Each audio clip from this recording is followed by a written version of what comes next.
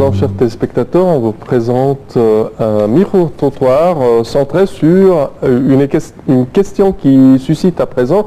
Très importante, une question que tout le monde en parle dans la rue. Ça c'est clair et même nous, on en souffre. Voilà, il faut le dire. Ça entraîne beaucoup de conséquences toujours, c'est l'augmentation des salaires du secteur public. Alors d'habitude, avec n'importe quelle augmentation, il y a toujours une augmentation des prix de quoi que ce soit des matières de première nécessité, alimentaires. Alors là, ça entraîne tout le temps. Alors, que pensez-vous? Quelles étaient vos réponses sur une telle question? Voyons ensemble les réponses.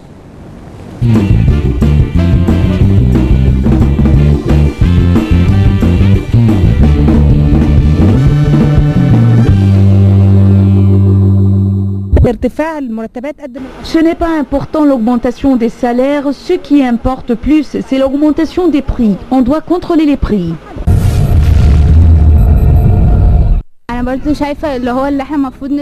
Les prix toujours augmentent, les prix doivent être en revanche fixés.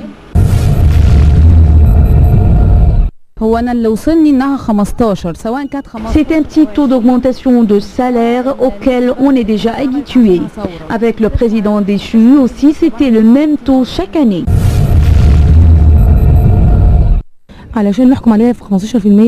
C'était une déception pour nous. Nous nous attendions à une augmentation de salaire beaucoup plus grande qui nous fasse plaisir.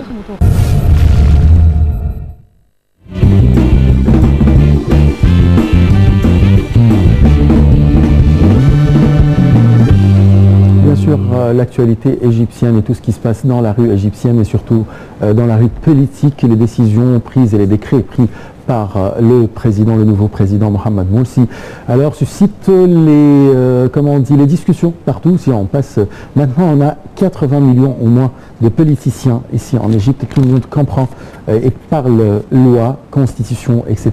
Il y a quelques jours, le président Morsi a promulgué un décret présidentiel pour le rétablissement du Parlement dissous par la haute cour constitutionnelle et puis avec beaucoup de manifestations et beaucoup de différends avec cette décision et dans la rue et dans la haute cour constitutionnelle et entre les magistrats en général. Alors le président a déclaré avoir respecté la décision de la haute cour constitutionnelle. Voilà, c'est un commentaire préparé par Nagla Zakaria et dit par Sali Hamed. Regardez tout ce qui concerne ce sujet.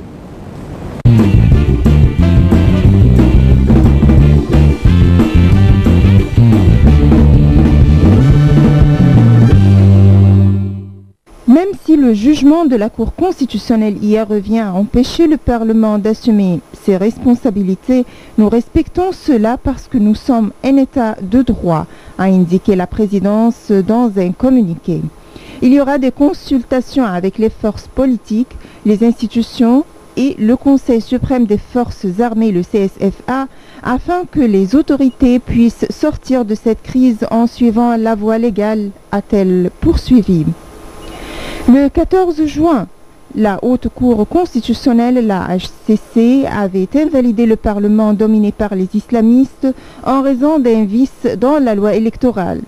Le CSFA s'était alors attribué le pouvoir législatif, provoquant la colère de ceux qui veulent le départ du pouvoir des militaires à qui Hosni Moubarak, chassé par la rue en février 2011, avait remis les rênes du pays. Dimanche, M. Morsi, issu des Frères musulmans, a ordonné par décret le rétablissement du Parlement qui s'est réuni mardi en présence de députés des Frères musulmans et des fondamentalistes salafistes. Des élus d'autres partis, notamment libéraux, ont boycotté la session, certains qualifiant le décret de coup d'État constitutionnel. Mardi soir, la HCC a contre-attaqué en suspendant le décret présidentiel et des milliers de personnes ont aussitôt convergé vers Place Tahrir au Caire pour manifester leur soutien à M. Morsi et scander des slogans hostiles à l'armée jugée de mèche avec la HCC.